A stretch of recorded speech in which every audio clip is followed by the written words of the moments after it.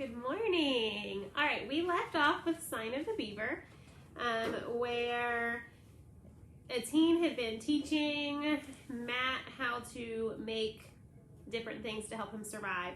But the very last thing was they went hunting out in the woods, and they went for a walk out in the woods, and Matt was really nervous that a teen was just going to leave him. Well, he didn't realize that a teen really was testing him. He wanted to see if Matt could remember his way back. And the way that his father had always done it was they put notches on trees, and a teen explained to him that that's the white man's way, that if you do that, then everybody knows where you've been. But if you do subtle things like prop a rock up against a tree, or knock a twig over or a stick over, or take a bundle of leaves and put them on a branch, that those types of things look natural in nature, but they're actually markers for you. So he's trying to teach Matt how to be more quiet, I guess, in the woods and more likely to survive.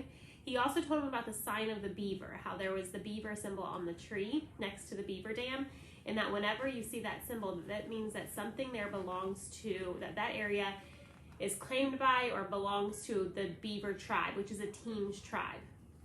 So that might come into play a little later on. All right, let's pick up on chapter 12. I must have a bow, Matt decided one morning.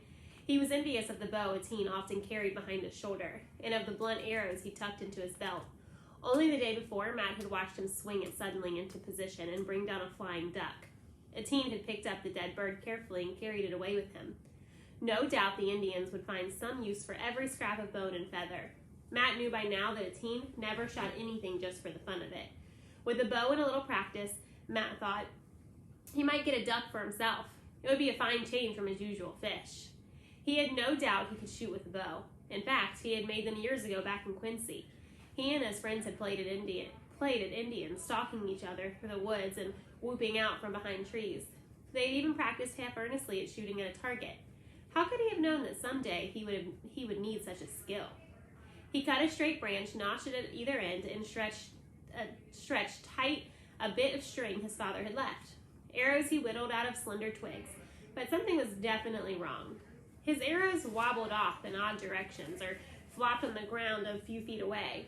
He was chagrined when the next morning came in walking out of the woods, and a teen came walking out of the woods and surprised him on his practice. A teen looked at the bow. "Not good wood," he said at once. "I get better." He was very exacting about the word he chose. He searched along the edge of the clearing, testing saplings, bending slender branches, discarding one after another, till he found a dead branch of ash about the thickness of his 3 fingers. He cut a rod almost his own height and handed it to Matt. "Take off bark," he directed, and squatted down to watch Matt while Matt scraped the branch clean.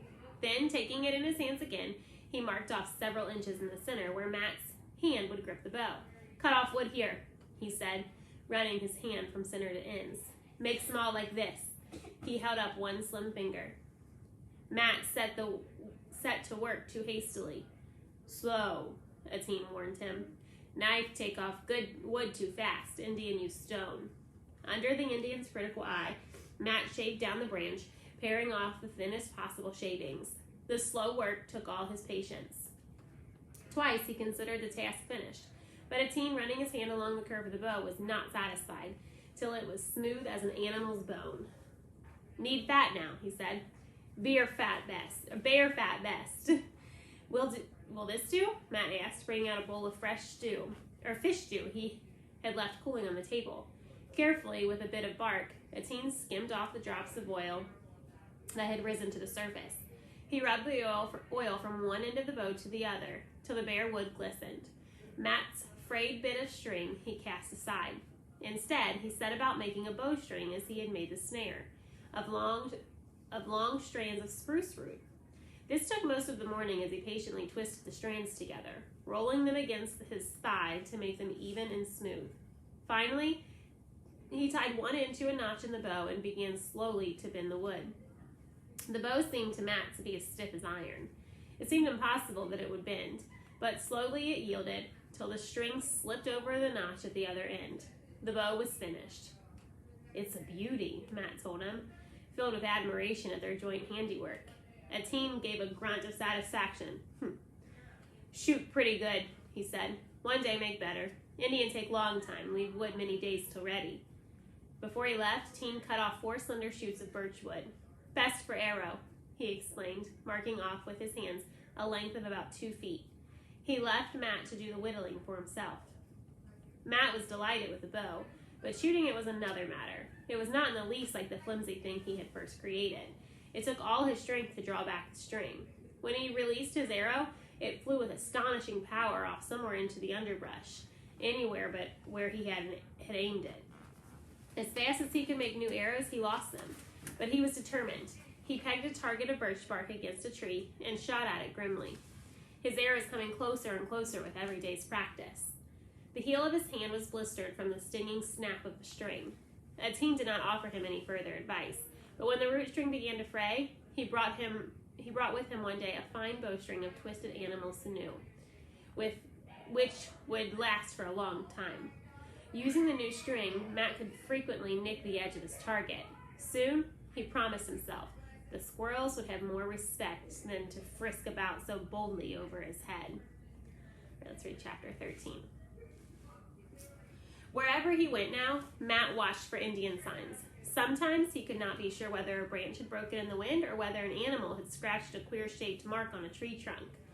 Once or twice, he was certain he had discovered the sign of a beaver. It was a game he played with himself. That it was not a game to a teen, he was still to learn. They were following a narrow trail one morning, this time to the east, when a teen halted abruptly. "Psst," he warned. Off in the brush, Matt heard a low, rasping, breathing, and a frantic scratching in the leaves. The noise stopped the moment they stood still. Moving warily, the boys came upon a fox crouched low on the ground. It did not run, but lay snarling at them. And as he came nearer, Matt saw that its foreleg was caught fast. With a long stick, a teen pushed aside the leaves, and Matt caught the glint of metal. "White man's trap," said a teen. "How do you know?" Matt demanded. "Indians not use iron trap bad." "You mean a white man set this trap?" Matt thought of Ben. "No, some white man pay for bad Indian to hunt for him. White man not know how to hide traps so good." A teen showed Matt how cleverly the trap had been hidden. The leaves and earth mounded up like an animal burrow, with 2 half-eaten fish heads concealed inside. The fox watched him, its teeth bared. The angry eyes made Matt uncomfortable. "We're in luck to find it first," he said, to cover his uneasiness. A teen shook his head. "Not beaver hunting ground," he said. "Turtle claim hunt here." He pointed to a nearby tree. On the bark, Matt could just make out a crude scar that had the shape somewhat like a turtle. He was indignant. "We found it," he said. "You mean you're just going to leave it here because of a mark on a tree?" "Beaver people not take animal on turtle land," the teen repeated. "We can't just let it suffer," Matt protested. "Suppose no one comes here for days. Then fox get away." "How can he get away?" "Bite off foot." Indeed, Matt could see now that the creature had already gnawed its own flesh down to the bone. "Leg men soon," the teen added, noting Matt's troubled face. Fox have 3 leg beside." "I don't like it," Matt insisted. He wondered why he minded so much. He had long ago got used to cubbing the small animals caught in his own snares.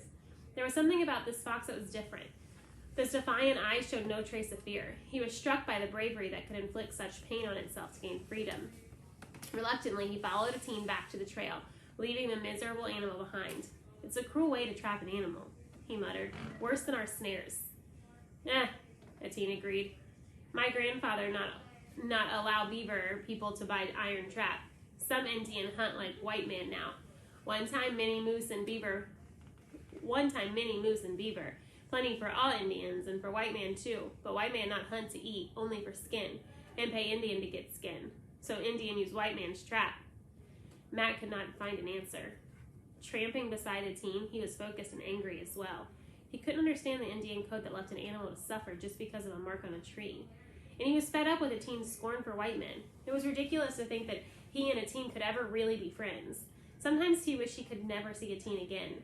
Even at the same moment, he realized that this was really not true. Even though a teen annoyed him, Matt was constantly goaded to keep trying to win this strange boy's respect. He would lie awake in the night, staring up at the chinks of starlight in the cabin roof, and make up stories in which he himself, not a teen, was the hero.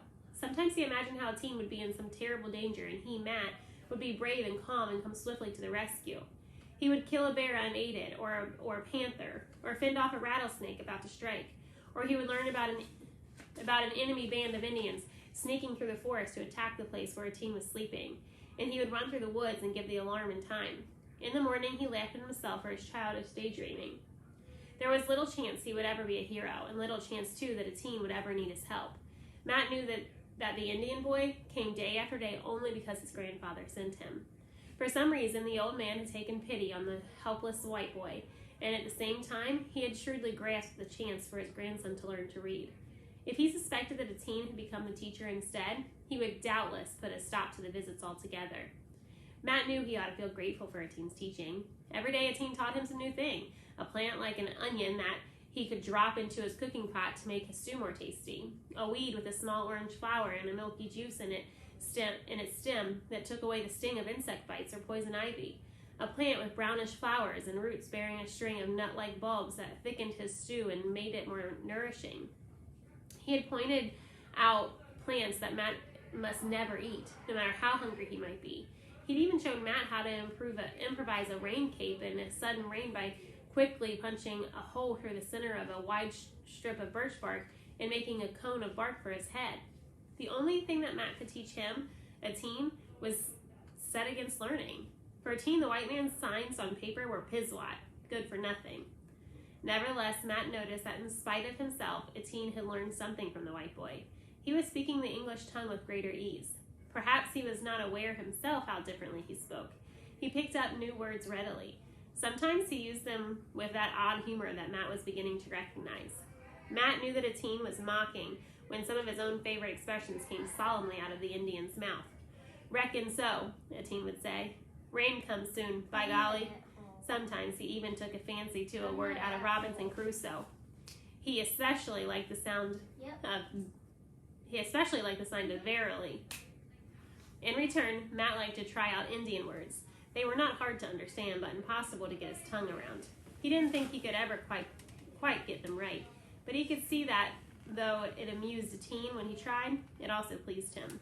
"Chakwa, this morning," Matt might say, "I chased a kagwa out of the corn patch." He wouldn't add that he had wasted an arrow and watched the porcupine waddle off unharmed. Perhaps, after all, those lessons hadn't been entirely wasted. All right, we are going to stop there for today. We'll pick up some more tomorrow.